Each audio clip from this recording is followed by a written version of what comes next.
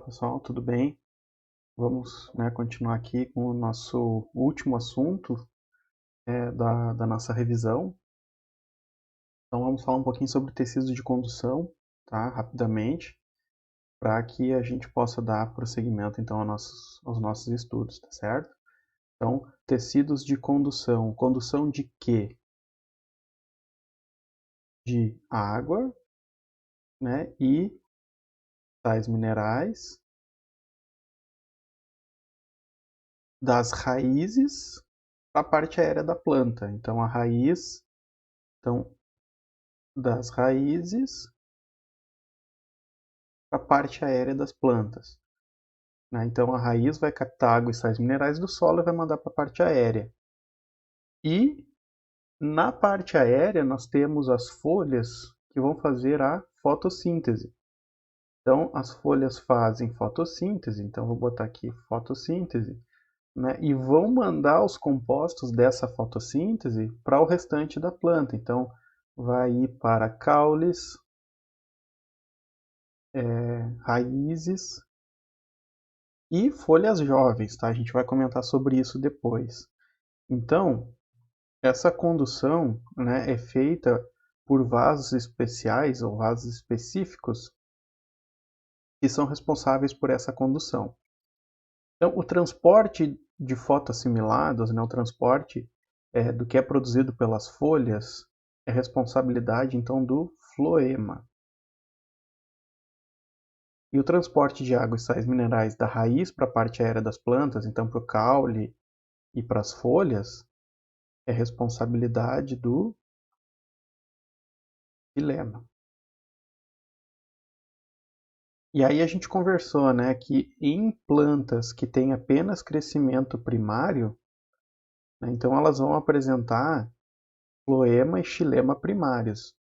Em plantas que têm crescimento secundário, elas vão apresentar floema e xilema secundário, mas após ter cessado o crescimento primário naquela região do vegetal, né? Então, o crescimento primário se dá em altura e o crescimento secundário se dá em espessura no vegetal, certo? Então, depois que um vegetal parou de crescer em altura naquela região, e lembrando que o vegetal cresce, né, em altura, o crescimento primário dele se dá no ápice, né? Então, se vocês lembram que uma planta jovem, né, ela vai ter o meristema apical do caule, com os primórdios, né, foliares, certo? E vai ter também o meristema, então aqui nós temos, deixa eu mudar a cor da caneta. Então, aqui nós vamos ter o meristema apical do caule e o meristema apical da raiz. São responsáveis pelo crescimento em altura, certo? Conforme essa planta vai crescendo, ela cresce pelas extremidades. Então, uma planta já com um certo desenvolvimento e que apresente, né, o que tenha a característica de crescimento secundário, ela vai apresentar esse crescimento secundário nas áreas em que o crescimento primário já cessou, né? Então, eu comentei com vocês no último vídeo, então, e isso acontece para as raízes também, tá? Eu expliquei na parte aérea, mas acontece o mesmo nas raízes, tá? Então, uma árvore, né, em que a gente tem aqui, por exemplo, os galhos, tá? Desculpem o desenho aqui, né? Mas nesta região aqui já cessou o crescimento primário, então pode estar ocorrendo, né, ou já ocorreu o crescimento secundário, certo? Mas nas regiões mais distantes, né, nos galhos mais jovens, está acontecendo apenas o crescimento primário por enquanto, e posteriormente, depois que cessar esse crescimento primário, né, nessa região mais jovem, então começa então o crescimento secundário. Então, né, neste exemplo aqui, né, nesta árvore muito mal desenhada, a gente tem então que nas extremidades apenas crescimento primário, mas nas regiões mais embaixo, né, aqui do vegetal, vai estar acontecendo então o crescimento secundário, certo? Então, uma vez que a planta tenha crescido, né, então esta região aqui ela não vai mudar a não ser em espessura, em altura não, certo? Por quê? Porque o crescimento em altura se dá nas extremidades do vegetal, então tanto no caule quanto na raiz, né? Então estas áreas aqui da raiz elas não vão crescer mais a não ser em espessura, tá certo? Então aqui, né, uma ilustração de um cilindro vascular. O cilindro vascular, né, nós chamamos de cilindro vascular toda a região que compõe o tecido de condução de um vegetal. Então aqui a gente tem o floema, certo? Células floemáticas. E aí aqui nós temos então as células do xilema, elas têm um calibre maior, mais grosso, tá? E aqui a gente vai ter células, né, parenquimáticas que vão fazer o preenchimento junto com células filemáticas. Aqui nós vamos ver isso mais adiante. E todo esse cilindro, tá, ele é revestido então por células esclerenquimáticas, tá certo? Então, vamos falar um pouquinho do xilema, tá? Que é um tecido complexo, porque ele é constituído de vários tipos de células, tanto vivas quanto mortas, tá? E a principal característica, então, é porque ele é o tecido condutor de água e sais minerais da planta, né? Então, da raiz para a parte aérea da planta, certo? Então, a função, de novo, né, muito importante, transporte de água e solutos a longas distâncias, certo? E, eventualmente, pode também atuar no armazenamento de nutrientes e, principalmente, no suporte mecânico. A gente vai ver isso, né, porque as células do xilema, principalmente em xilema secundário, em árvores, né, em plantas que apresentam um crescimento secundário bastante expressivo, a parte, né, então aqui né, um caule de uma árvore, a parte mais central, que a gente chama de lenho, certo? Aquela parte vermelha, aquilo lá nada mais é do que resquícios de células xilemáticas, né, que vão dar o suporte para esse vegetal. Então, o xilema ele é composto de vários tipos de células, que nem eu falei, né? Então, as células que vão fazer a condução propriamente dita, né, das células xilemáticas propriamente dita, são os elementos traqueais. Vou mudar a cor aqui da caneta. Então, os elementos traqueais são as células que vão fazer a condução de água e sais minerais. Nós temos dois tipos de elementos traqueais. São os traqueídeos e os elementos de vaso. Né? Nós já vamos ver que os traqueídeos estão presentes em alguns tipos de plantas e os elementos de vasos estão presentes em outros tipos de plantas, certo? Então, junto do xilema, nós vamos ter a presença de fibras esclerenquimáticas, tá? Que vão ajudar ali na sustentação de toda aquela estrutura. Né? E a gente também tem a presença de parênquima, tá? Que vai fazer principalmente o preenchimento e eventualmente a reserva de algumas substâncias ou até ajudar no transporte de algumas substâncias. Tá? Então, o xilema primário e secundário, tanto o primário, na verdade, quanto o secundário, eles são formados por por elementos traqueais, fibras e as células parenquimáticas. Tá? Qual que é a diferença? É que no xilema primário, as células elas estão organizadas apenas no sistema axial da planta. O que é o sistema axial? Apenas neste sentido, certo? E elas são originadas, né, através do procâmbio, que é aquele meristema primário, certo? Já o xilema secundário, além de estar organizado no eixo axial do vegetal, né, porque ao longo, de novo vou desenhar um caule aqui, então ao longo de toda essa estrutura aqui, né, vai apresentar xilema secundário. Esse xilema secundário ele também vai estar presente no eixo radial. O que é o eixo radial? O eixo que faz, né, que está presente ao redor, né, dessa estrutura toda que a gente chama de caule, enfim, ou a raiz ou os galhos, tá certo? Então, o xilema secundário ele vai estar organizado tanto no sistema axial quanto no sistema radial da planta. Tá? E ele é originado então do câmbio, que é aquele meristema secundário, né, que vai dar origem a esse meristema, que vai dar origem a esses tecidos secundários quando a planta apresentar, né, nas plantas que têm esse crescimento em espessura. Plantas que não apresentam crescimento secundário passam a sua vida toda, né, com xilema primário. Quais exemplos, professor, de plantas que não têm crescimento secundário? Bom, soja, milho, né, plantas herbáceas, certo? Que a gente cultiva em casa, né? Todas elas vão apresentar apenas crescimento primário. Plantas que apresentam crescimento secundário são aquelas plantas que têm aspecto mais lenhoso, né? Como árvores e arbustos, certo? Com aspectos mais arbóreos, ok? Então aqui, só para ilustrar, né, o procâmbio que é um meristema primário, ele é um meristema primário, vai dar origem ao xilema e floema primário, tá? Que é o sistema vascular. O câmbio vascular, que tem origem do parênquima interfascicular, né, que a gente já conversou sobre isso, vai dar origem, então, ao xilema e floema secundário. Então, mas vamos às características do xilema, tá? E isso aqui se aplica tanto para xilema primário quanto para secundário. Então, a gente tem aqui os elementos traqueais. Os elementos traqueais, que são as células propriamente ditas do xilema, que vão fazer a condução, são formadas, então, por traqueídes, né? Quer dizer, pode ser, né, traqueídes e elementos de vaso. Alguns vegetais vão apresentar traqueídes e outros vegetais vão apresentar elementos de vaso.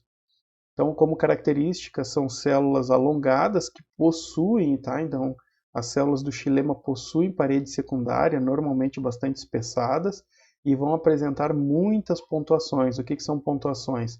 São essas regiões da parede, né, que vão apresentar essas perfurações que vai servir para intercomunicação entre as células adjacentes. Tá? Então vejam aqui as pontuações, certo? Na parede da célula. Tá?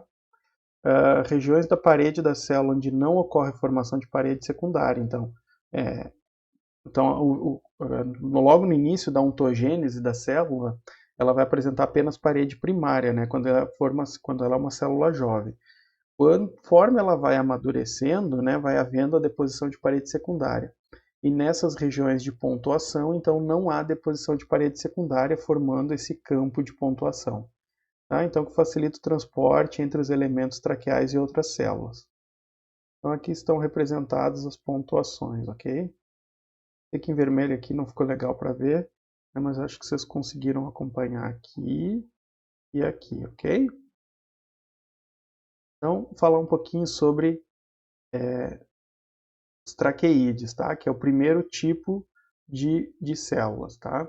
Então, os traqueídeos, elas são longas e estreitas, parece uma fibra, tá? Com paredes terminais oblíquas. Né? Então, são as paredes terminais dos traqueídeos, tá? São pontudas, ok? E todas as paredes possuem pontuação. Então, toda a extensão da parede aqui vai apresentar pontuações, ok? Que são, de novo, essas regiões aqui em que há a passagem, né? A troca entre as células adjacentes, ok? Por que isso é importante diferenciar, né? Que essas células elas são mais oblíquas nas extremidades. E estas células elas são características, tá, de plantas inferiores, né, de plantas mais primitivas, como as pteridófitas e as gimnospermas. Tá? Então, pteridófitas e gimnospermas vão apresentar traqueídeos, que são células mais primitivas, né, são células menos eficientes. Tá? Então, aqui na escala evolutiva, né, então a gente vai ter a presença de traqueídeos nas pteridófitas e nas gimnospermas. Nas angiospermas, nós vamos ter os elementos de vaso, que são células já bem mais evoluídas, né? São células muito mais eficientes. Então, nos elementos de vaso, as células elas não vão ter aquela a porção terminal afilada, tá? Então, ela vai ter uma placa de perfuração aqui.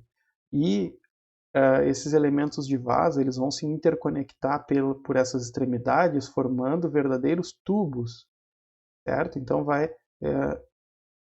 eles vão formar verdadeiros tubos ao longo do vegetal para que haja a passagem das substâncias por estes locais. Opa. Deixa eu apagar aqui. Então, nestes tubos aqui, né, vai haver a passagem das substâncias, tá? Então, essa área de perfuração aqui, ela não vai apresentar nem parede primária, nem parede secundária, é uma perfuração mesmo, tá? E esses elementos, então, eles se unem pelas extremidades terminais, formando vasos, tá? E geralmente os elementos de vaso, eles são mais curtos e grossos do que as traqueídes. Então, olha aqui, ó. Traqueídeos são finos e com as extremidades afiladas, né, finos e compridos, parecem uma fibra, enquanto que os elementos de vaso são mais curtos e grossos, tá? Mais de calibre maior. Grandes cavidades formam um tubo oco que permite a passagem eficiente da seiva, né? Então a gente chama água e sais minerais de seiva bruta.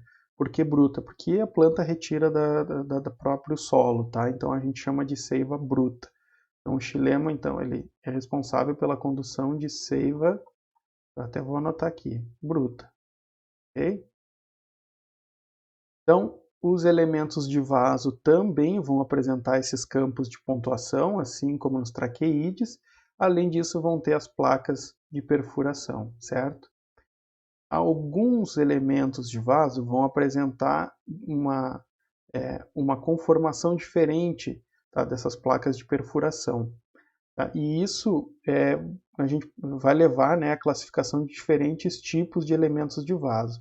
Então, quando a gente tem uma placa de perfuração total, né, a gente diz que é uma perfuração simples, e se ela for parcial, né, então a gente vai ter diferentes formas para isso.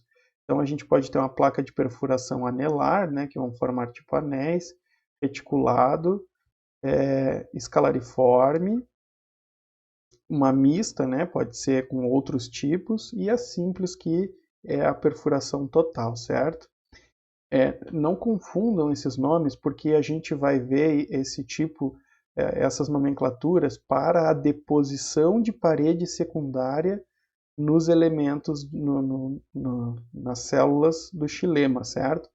Então, isso aqui a gente está falando do tipo de perfuração da extremidade do elemento de vaso, tá ok?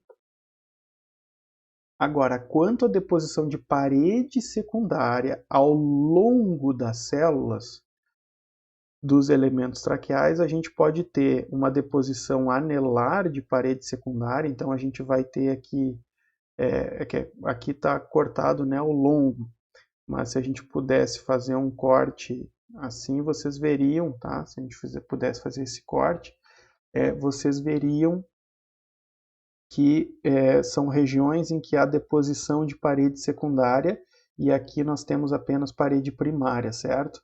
Então a gente pode ter este tipo anelar, ou pode ser também helicoidal, tá? Então vão apresentar algumas variações.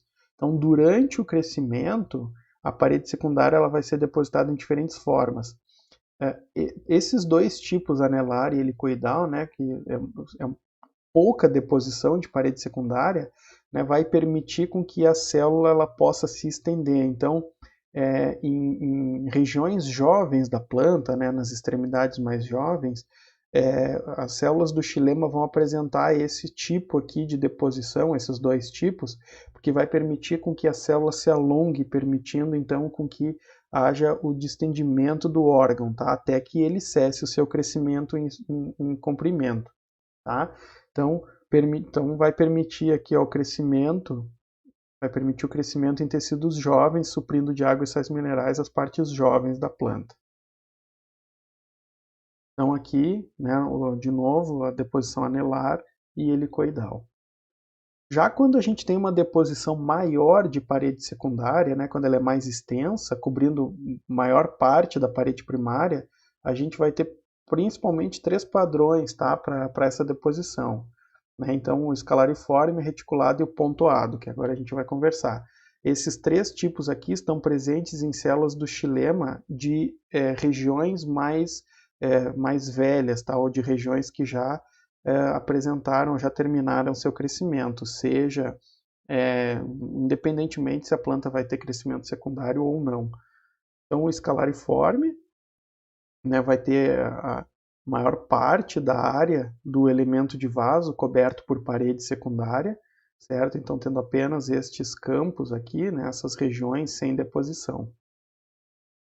O reticulado também, né, então, apenas algumas regiões aqui, né, de interconexão entre as células adjacentes, né, que não vai ter deposição de parede secundária, né, e ela se dá então essa deposição de parede secundária de forma mais irregular, parecendo uma rede.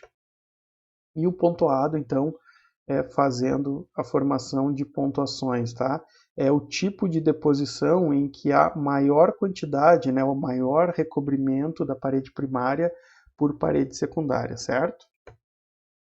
E, então, os elementos de vaso, que nem eu já comentei com vocês, ocorrem nas angiospermas. Então, aqui, só para exemplificar, tá, nós temos elementos de vaso aqui em A, B e C, que são aquelas células mais desenvolvidas, né, que ocorreram por último na escala evolutiva, têm uma eficiência um pouco melhor.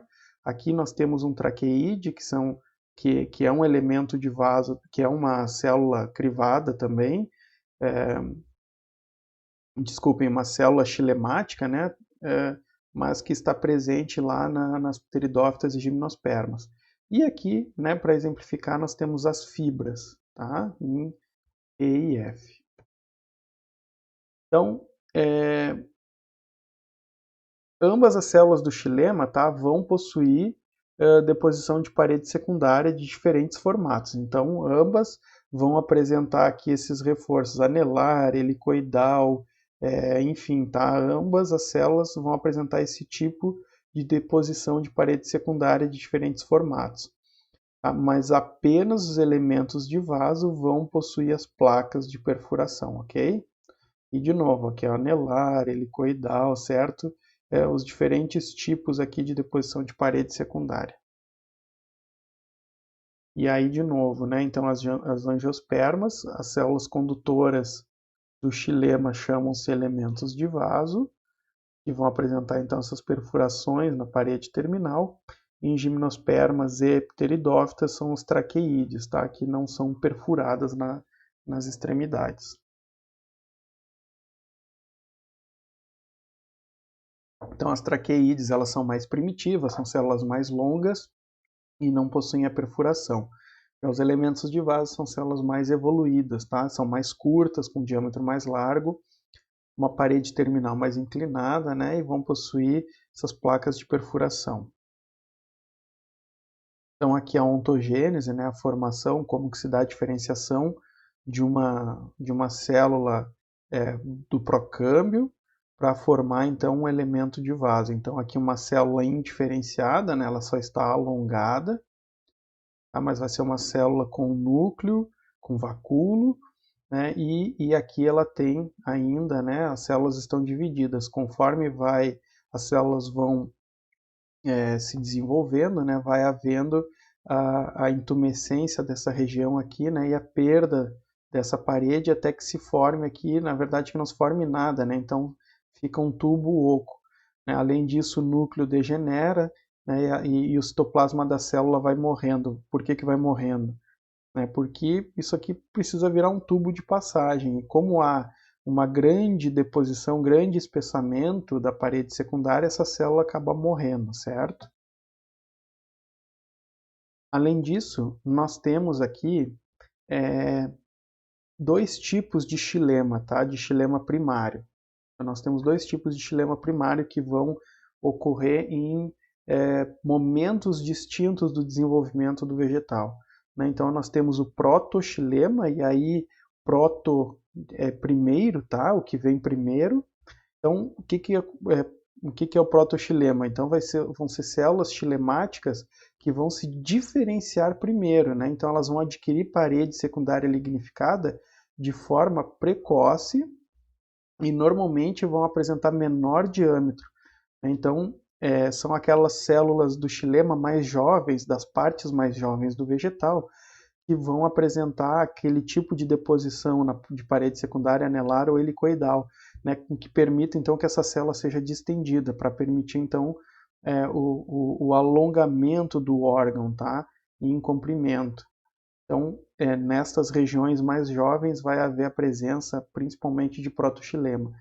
Conforme o órgão vai ficando mais maduro, conforme vai cessando esse comprimento conforme vai cessando esse crescimento em comprimento, vai se formando então o metaxilema, né, que é composto por células condutoras que vão se diferenciar mais tarde, certo? Então, as células do protoxilema vão suprir os órgãos mais jovens de água e sais minerais, e conforme esses órgãos vão amadurecendo, então esse protoxilema vai sendo substituído, né, ou vai perdendo a função, e essa função então de condução de água e sais minerais vai sendo composto então pelo metaxilema. Então, em geral, metaxilemas são células que exibem um maior diâmetro, e a deposição de parede secundária ocorre mais tardiamente, né, e aí com aquela maior quantidade de parede secundária, né, com aquele padrão escalariforme, reticulado ou pontuado, tá certo? Então aqui nós temos células do metaxilema, que são aquelas células que se diferenciam depois, né, em partes mais velhas dos órgãos vegetais, e aqui as células do protoxilema, né, que nesse caso aqui, né, nessa imagem, elas já não têm mais tanta função, mas são extremamente importantes para a parte jovem dos vegetais. Então aqui, né, exemplificando células do protoxilema e do metaxilema, né? Então elas são bem mais grossas, com uma deposição maior de parede secundária, tá? Então aqui mesma coisa, as células do protoxilema e células do metaxilema. Então, pessoal, eu vou seguir aqui, tá? O vídeo vai ficar um pouquinho longo, mas vocês podem dar uma pausa, seguir assistindo o vídeo depois, né? Podem dar uma descansada. Eu vou tomar uma água aqui para a gente poder seguir. Então vamos falar do floema. É também um tecido complexo, porque também é constituído por vários tipos de células, tá? E a principal diferença do floema para o xilema é que o floema é composto por células vivas, né? Enquanto que o xilema é composto por células mortas. Então a gente vai ter aqui os elementos crivados, as células do parênquima e também a presença de células do esclerênquima. Então é um tecido responsável, né, pela condução dos produtos da fotossíntese, então os açúcares produzidos na fotossíntese. Estes açúcares produzidos na fotossíntese nós chamamos de seiva elaborada. Elaborada por quê? Porque é a planta que elabora. Tá? Também é responsabilidade do floema conduzir aminoácidos, lipídios, ácidos orgânicos, ácidos nucleicos, hormônios e vitaminas que o vegetal precisa, tá? Então o floema ele vai conduzir essas substâncias para todos os locais da planta. Então o transporte de solutos pelo floema, né, é um movimento entre os órgãos produtores, principalmente. Opa, me perdi aqui da caneta. Então, pelos órgãos produtores, dos produtores para os consumidores, os drenos, né? Então, todo órgão produtor, todo órgão que é dito fonte, é aquele órgão que produz em excesso. Então, por exemplo, folhas maduras que estão fotossintetizando, elas produzem fotoassimilados acima da sua necessidade. Então, o excesso é enviado para os drenos. E dreno é todo aquele órgão que está consumindo, né? Todo aquele órgão que está precisando de substância. Então, folhas jovens fazem fotossíntese, mas não o suficiente para suprir as suas necessidades, então elas são dreno. Sementes, que são órgãos de reserva, né, e de proteção do embrião. Os tecidos de reserva de raiz. Caule, né, normalmente caule não faz fotossíntese, alguns verdes fazem, mas não o suficiente. E folhas que estão armazenando substâncias, né? E folhas velhas também servem como dreno, porque elas já não têm uma eficiência fotossintética muito grande. Então, num corte aqui de uma folha, né, nós temos o cilindro vascular, cadê meu, aqui, nós temos um cilindro vascular, né, por células esclerenquimáticas, a gente já viu isso, né, e na folha a gente vai ter a presença de xilema e floema principalmente na nervura central da folha, certo? Aquela região mais sobressalente, né, é composto então principalmente, faz parte, né, a nervura, ela é composta então por esse cilindro vascular. E na folha, porque enquanto em caules e raízes, né, só para lembrar vocês, vou voltar aqui. Eu só mudar a cor da minha caneta aqui, pegar uma cor azul. Então, em caules e raízes, o floema em azul ele é mais externo, enquanto que, vou mudar a cor, pegar, não, peraí, só um momento, aqui. Enquanto que o xilema ele vai ser mais interno, certo? Então, deixa eu só traduzir isso aqui. Então, em caules e raízes, o floema é mais externo e o xilema é mais interno, certo? Já nas folhas, o que nós temos? O floema ele vai ocorrer sempre na porção mais inferior da nervura, enquanto que o xilema vai ficar na porção superior da nervura, tá? Sempre nessa distribuição. Então aqui mais uma representação, né, da anatomia foliar. E o floema, então, ele vai ser composto, né, por alguns tipos de células, tá? Então a gente tem as células que vão ser responsáveis pela condução propriamente dita dos compostos orgânicos, né, que são os elementos crivados, tá? Estes elementos crivados podem ser de dois tipos, assim como no xilema: as células crivadas e as células de tubo crivado. As células crivadas são aquelas células presentes em vegetais inferiores, tá? São menos evoluídas, digamos assim, são menos eficientes. E os elementos de tubo crivado, então, são aquelas células que vão estar presentes nas angiospermas, tá? São células mais evoluídas. A gente vai ter também células do esclerênquima, as fibras esclereídeas, que vão ser responsáveis principalmente pela sustentação e, muito eventualmente, por algum tipo de reserva. Porque a reserva, propriamente dita, do floema, vai ficar a cargo, então, do parênquima, né? E aí a gente também vai ver que tem uma célula parenquimática muito especial que vai estar atuando junto com os elementos crivados. Então, as células crivadas, que eu já falei para vocês, né, em gimnospermas e pteridófitas, vai ser essa célula aqui, basicamente muito parecida, né, com as traqueídeas, que são umas células mais alongadas, com as pontas afiladas, certo? E os elementos de tubo crivados vão estar presentes nas angiospermas, né, que são células de calibre mais grosso, elas são mais curtas, com essa parede aqui cortada, tá? Então vai apresentar essa placa crivosa aqui. E também, né, ambas as células, porque tanto as células crivadas quanto o elemento de tubo crivado, vão apresentar uma célula anexa, que nós já vamos falar delas. Então, as paredes do floema, elas não são lignificadas, né? Então, vão ter uma espessura variável, mas não vão ser muito espessas quanto as células do xilema.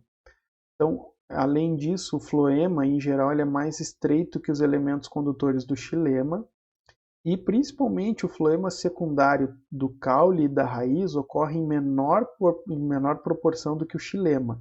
Então, ó, de novo, o xilema mais para dentro, o floema mais para fora. Mas a gente vai ter muito mais células do xilema, muito mais elementos do xilema do que do floema. Então, o câmbio, que é aquele meristema secundário, o meristema secundário vai produzir muito menos floema do que xilema, certo? Então, as principais características do floema, né? O protoplasto vivo, né? O protoplasto, que é o citoplasma de células vegetais. Porém, estas células elas não vão ter núcleo, né? A ausência de núcleo na maturidade. Elas só são vivas graças a essas células auxiliares aqui, ó. Então, tanto as células crivadas quanto os elementos de tubo crivado vão apresentar células auxiliares. São estas células auxiliares que, né, possuem todos os elementos celulares, né, são nucleoladas, vão apresentar núcleo, todas as organelas, e vão suprir então, essas células crivadas, os elementos de tubo crivado, de tudo que elas necessitam, né, para se manterem vivas. Então, elas não vão possuir núcleo e pouquíssimas organelas, tá? Porque elas têm que ter espaço aqui para passagem de substâncias. Então, as células, os elementos crivados, né, tanto a célula crivada quanto o elemento de tubo crivado, vão apresentar partes da parede celular que apresentam poros, né, ou os crivos, tá?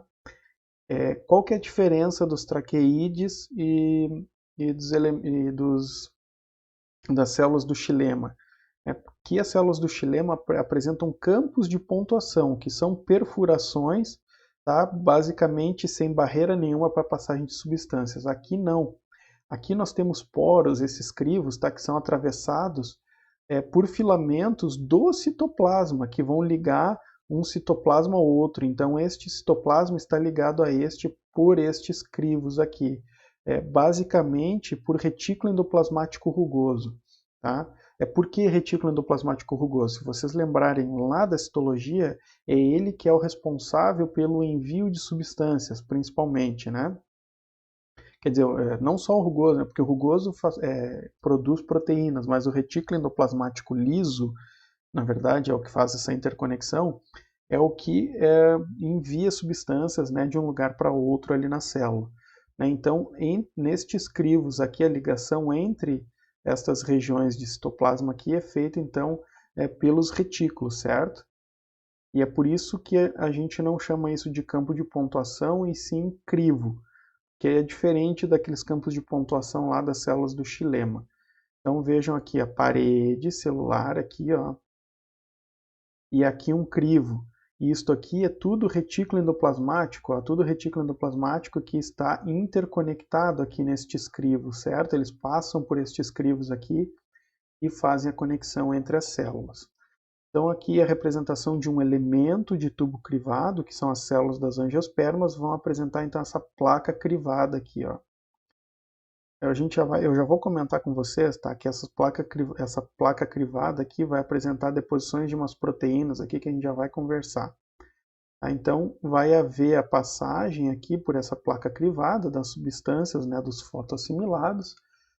Além disso, vai apresentar também os crivos nas paredes laterais aqui para fazer a comunicação entre as células adjacentes.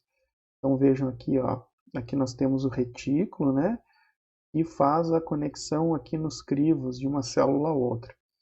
E aqui a gente tem a célula companheira, aquela célula anexa, né, que vai produzir todas as substâncias necessárias para manter o elemento de tubo crivado vivo. Então aqui os elementos de tubo crivado, né, a placa crivada aqui, e num corte aqui é possível verificar que há a deposição de proteínas P, tá certo? Então aqui, ó, nessas regiõezinhas, nessa seta aqui, ó, há deposição de proteínas P. Essas proteínas, elas vão sendo depositadas quando o vegetal sofre algum dano, certo? Então quando há um corte, uma quebra, então, há deposição de proteínas P para que não haja o extravasamento de fotoassimilados, né? Porque fotoassimilados, a planta teve o trabalho, gastou energia para produzir, então não é interessante que ela perca, né? Então, há o fechamento desses poros aqui, certo? Desses crivos, por essas proteínas P. Então, normalmente, quando se faz um corte histológico, né, há rápida deposição de proteínas P, então por isso que é possível visualizar aqui, certo? Que é para não perder fotoassimilados e também, principalmente, para que não haja entrada de patógenos, né, para dentro do floema, porque o floema é um tecido vivo responsável pelo transporte dos fotoassimilados, né, que é uma substância rica, né, de açúcar. Então, para que não saia, não se perca fotoassimilados, nem que entre patógenos pelas células do floema, certo? Existem patógenos que são específicos, né, que infectam especificamente células floemáticas. Então aqui é a ontogênese, certo? Inicialmente uma célula indiferenciada, então começa a se formar aqui os crivos, né, entre uma célula e outra. A divisão celular aqui, ó, formando dois núcleos, porque uma dessas células vai virar a célula companheira, né, aquela célula anexa, e a outra vai virar o elemento de tubo crivado aqui. Então, com o tempo, o núcleo do elemento de tubo crivado acaba se degenerando, e essa célula, então, ela vai ficar só com os retículos e proteínas P aqui, ó, que vão fazer a proteção, né? E essa célula ela vai ser alimentada, então, por esta célula companheira. Então, aqui a célula companheira desse lado, né? E o prolongamento do retículo aqui pelos crivos, tá? Que vai fazer a alimentação desse elemento de tubo crivado, de tudo que ela precisa para se manter viva. Então, estas células auxiliares, né, que vão estar presentes tanto nas células crivadas quanto nos elementos de tubo crivado, nós chamamos, né, nas células crivadas, que são aquelas células mais primitivas, que vão estar presentes nas gimnospermas, nós chamamos estas células auxiliares de célula albuminosa, tá? Enquanto que nas angiospermas, estas células auxiliares recebem o nome de célula companheira, né? Então, nas células dos elementos de tubo crivado. Elas têm a mesma função, mas têm origem diferente, porque a célula companheira se origina da mesma célula, né? A gente viu aqui na ontogênese, e a célula companheira, ela se origina da mesma célula, certo? Enquanto que a célula albuminosa não, é uma célula que está ali adjacente, ok? Então, a principal diferença entre a célula crivada e o elemento de tubo crivado. Então, a célula crivada ela é mais primitiva, ela é mais alongada e estreita, né? E tem uma parede terminal mais inclinada. E está associada à célula albuminosa. Enquanto que o elemento de tubo crivado é uma célula mais evoluída, né? São células mais curtas e mais largas, vão ter uma parede terminal, né, que é menos inclinada e apresenta essa placa crivada, e estão associadas às células companheiras. E assim como no xilema, né, nós vamos ter no floema proto e metafloema. Então, de novo, proto primeiro. Então, elas vão se diferenciar primeiro, né, e normalmente elas vão se distender, vão permitir então que em partes jovens do órgão haja o transporte de fotoassimilados. Então o protofloema vai estar mais presente e ativo nas partes jovens, enquanto que nas partes mais maduras, nas partes mais velhas, né, vai ter a presença de metafloema, que se diferencia posteriormente e principalmente nas plantas que não vão apresentar crescimento secundário, porque nas partes mais velhas de plantas que apresentam crescimento secundário, então a única estrutura responsável vai ser o floema secundário, tá? Então, em plantas que não apresentam crescimento secundário, o metafloema vai constituir o único tipo de floema de condução, certo? Nas partes mais velhas, porque nas partes jovens, né, a gente tem a presença do protofloema. Tá? Então, a gente tem aqui ó, protofloema e metafloema. Então, metafloema são células maiores e protofloema células menores. Tá? Então, aqui um quadro comparativo, né? Então, os tipos de células do xilema. Nós temos os elementos traqueais, que podem ser traqueídeos ou elementos de vaso, que são responsáveis pela condução de água e sais minerais. Seiva bruta. Okay? As fibras, que são responsáveis pela sustentação, e parênquima por armazenamento. No floema, nós temos os elementos crivados, que podem ser as células crivadas, com as suas albuminosas, né, como células anexas, e os elementos de tubo crivado com as células companheiras.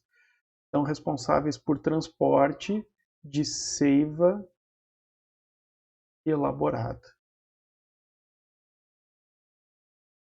certo? E outras substâncias, né, além de fotoassimilados. Também com presença de esclerênquima, né, principalmente com fibras e esclereídeas, com a principal função de sustentação, e parênquima. Tá? Esse parênquima aqui vai servir para armazenamento. Estas células, células anexas aqui, as albuminosas e companheiras, são células parênquimáticas, tá? Altamente especializadas. Então, pessoal, de revisão era isso, tá?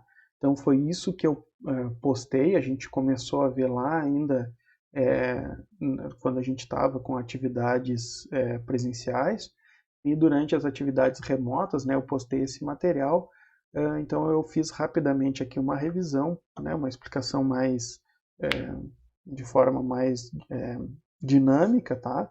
E a gente vai dar prosseguimento, então a gente vai ver a anatomia agora dos órgãos especificamente. Então a gente vai começar a falar sobre a anatomia e morfologia de raiz, de caule, de folha e flores e frutos, tá certo? Então, pessoal, até mais e bons estudos.